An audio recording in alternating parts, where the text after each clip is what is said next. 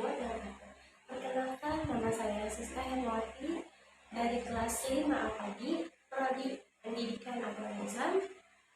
Di sini saya akan menjelaskan materi tentang iman kepada hari akhir atau hari kiamat. Untuk kelas yang bersama ada pengertian hari akhir. Hari akhir menurut bahasa artinya hari penghabisan. Dalam Al-Quran surat Al-Baqarah ayat 177 juga disebut, sedangkan menurut istilah hari akhir adalah hari mulai hancurnya alam semesta, berikut beserta dengan istrinya, dan berakhirnya kehidupan semua makhluk Allah Subhanahu. Hari akhir juga disebut dengan hari kiamat ya. Hari akhir disebut juga hari kiamat. Nah, yang pertama ada hari akhir menurut Al-Quran ya teman-teman. Hari akhir atau hari kiamat menurut Al-Quran dapat dibagi menjadi dua. Yang pertama ada kiamat sughra atau kiamat kecil.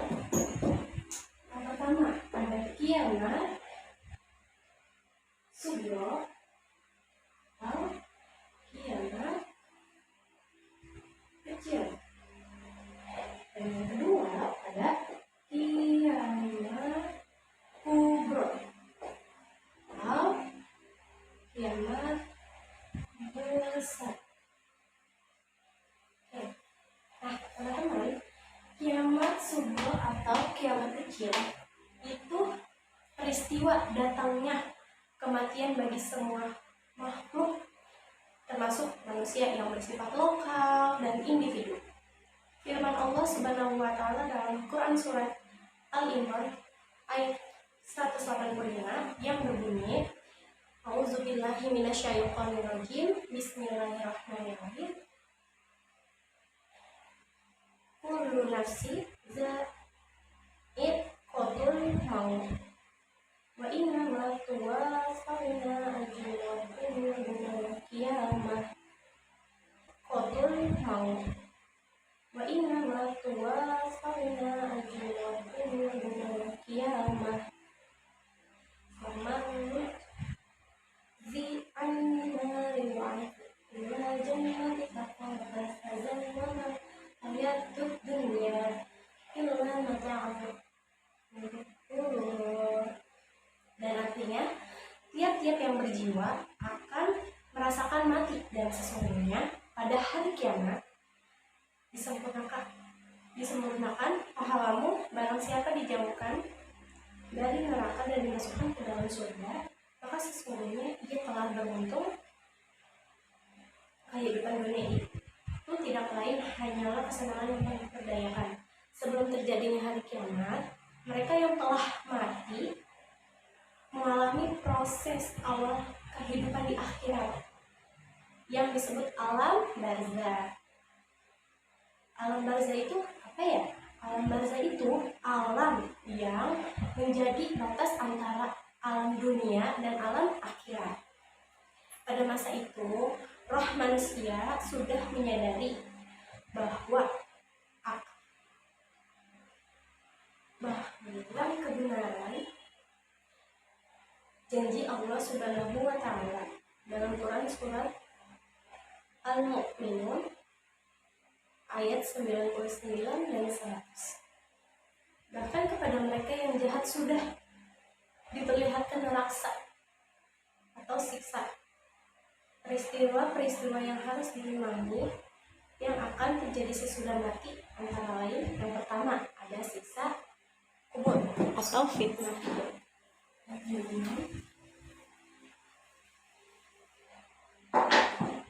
Yang pertama ada fitnah kubur. Fitnah kubur itu beragam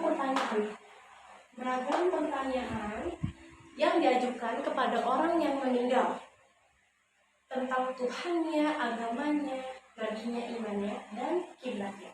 Dan yang kedua ada siksa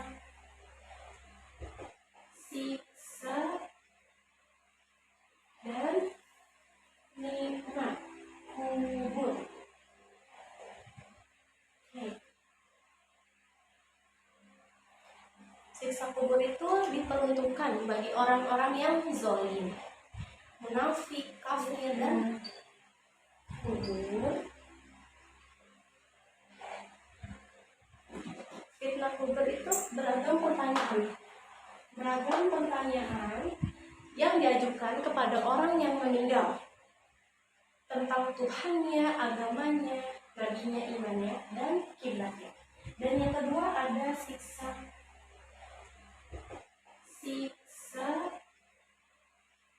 dan nikmat kubur.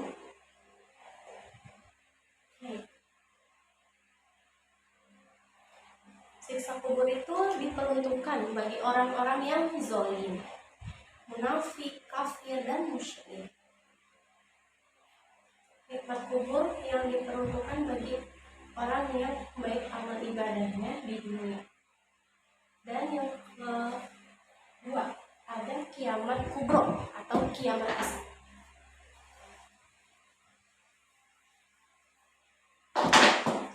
Yang kedua ada kiamat kubro yang disebut kiamat besar. Nah, di sini kiamat kubro atau kiamat besar itu peristiwa berakhirnya seluruh kehidupan makhluk dan hancur leburnya alam semesta secara total. Dan serentak proses terjadinya hari kiamat tersebut dijelaskan oleh Allah Subhanahu wa Ta'ala di antaranya dalam Quran surat At-Takwir ayat 1 dan 3 yang berbunyi Bismillahirrahmanirrahim. Idza syamsu kuwirat wa idza nujumu kadarat wa idza jibalu syayyarat, yang artinya apabila matahari digulung dan apabila bintang-bintang berjatuhan dan apabila gunung-gunung dihancurkan. Nah, dalam Quran surat Al-Zalzalah ayat 1-5 dijelaskan peristiwa terjadinya hari kiamat dimulai dengan datangnya gempa. Datangnya gempa. Kemudian yang kedua ada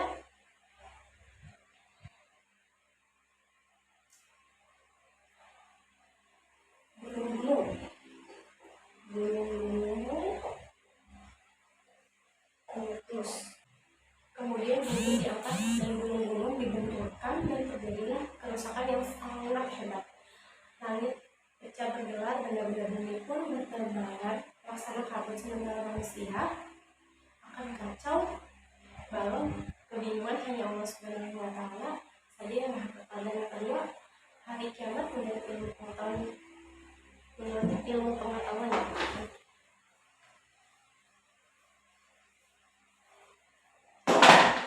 Yang kedua, hari kiamat.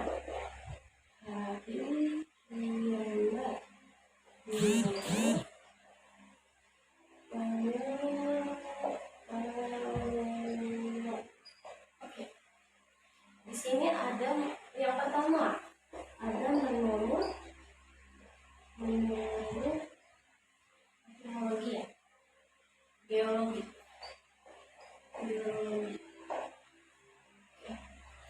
Yang pertama ada menurut geologi. Bumi terjadi dari gas yang berputar.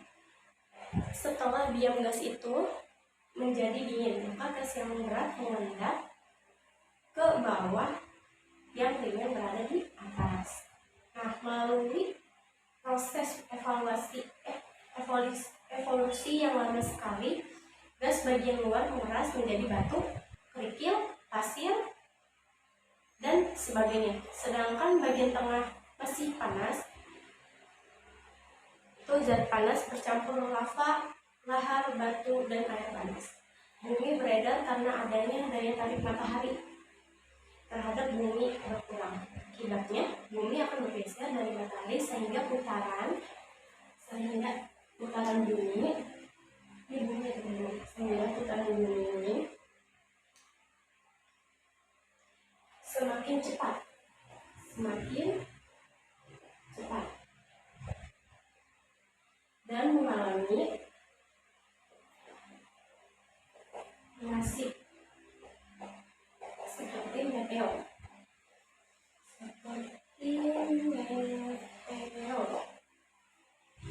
Menyala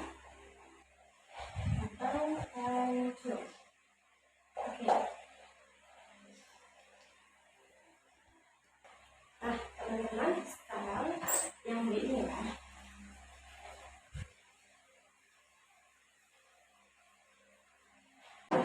Yang B itu periode hari akhir. Oke. Yang B periode hari akhir. Teman-teman, hari akhir. Setelah alam semesta hancur secara total dan kehidupan semua makhluk Allah Subhanahu wa Ta'ala itu berakhir, maka mulailah manusia menjalani tahapan kehidupan yang baru. Dan proses menuju alam barzakh, tahapan tersebut dapat dijelaskan sebagai berikut. Yang pertama, ada yaumul ba'ts. Oke, ada yaumul ba'ts ya. Di sini yaumul ba'ts itu sudah hancur dan musnahnya alam semesta termasuk manusia. Terjadilah hari kebangkitan. Hari kebangkitan itu proses dibangkitkannya seluruh makhluk dari alam kubur. Nah, firman Allah Subhanahu wa Ta'ala, pada hari ketika mereka dibangkitkan, Allah semuanya lalu diberitahukannya kepada mereka apa saja yang mereka lakukan selama hidup di dunia. Oke, dan yang kedua ada yaumul hasyr. Nah, yaumul hasyr itu hari berkumpulnya manusia setelah dibangkitkan dari kuburnya masing-masing. Kemudian semua manusia digiringi ke tempat yang luas, yaitu padang mahsyar. Tempat berkumpul, firman Allah Subhanahu wa Ta'ala, dan ingatlah akan hari yang ketika itu kami perjalankan gunung-gunung dan kamu akan dapat melihat bumi itu datar, dan kami kumpulkan seluruh manusia dan tidak kami tinggalkan seorang pun dari mereka. Quran Surat Al-Kahfi ayat 47. Dan yang ketiga, buku catatan, teman-teman. Buku catatan. Oke. Yang ketiga ini ada buku catatan ya.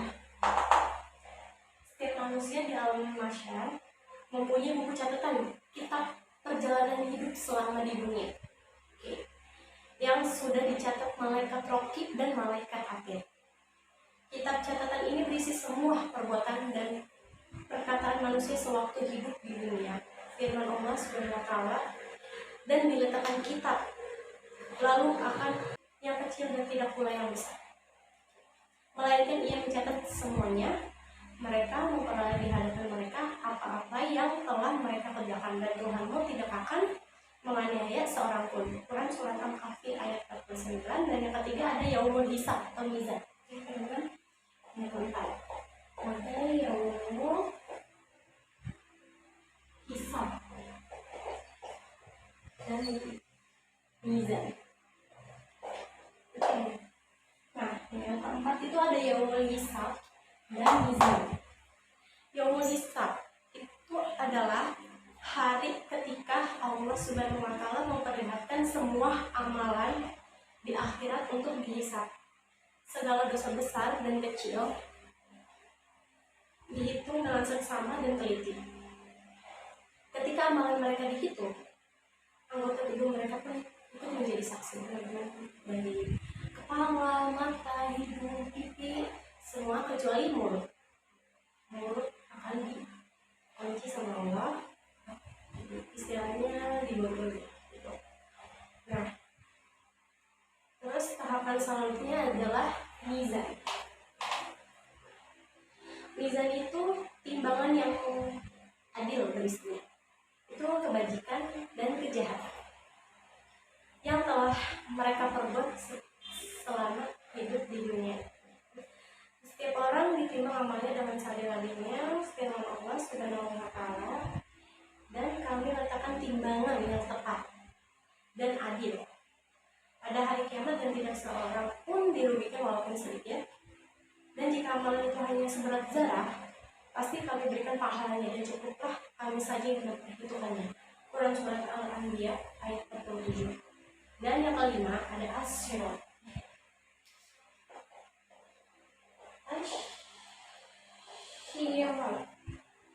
Oke, yang kelima asyirat. Asyirat itu jembatan yang terbentang di atas neraka menuju surga. Mudah atau sulitnya melewati asyirat itu tergantung kepada amal ibadah selama hidup di dunia. Rasulullah SAW bersabda, terbentanglah jembatan asyirat itu diantara dua tepi neraka jahanam. Hadis riwayat Muslim. Dan yang keenam ada yaumul zalzal. Yang kelima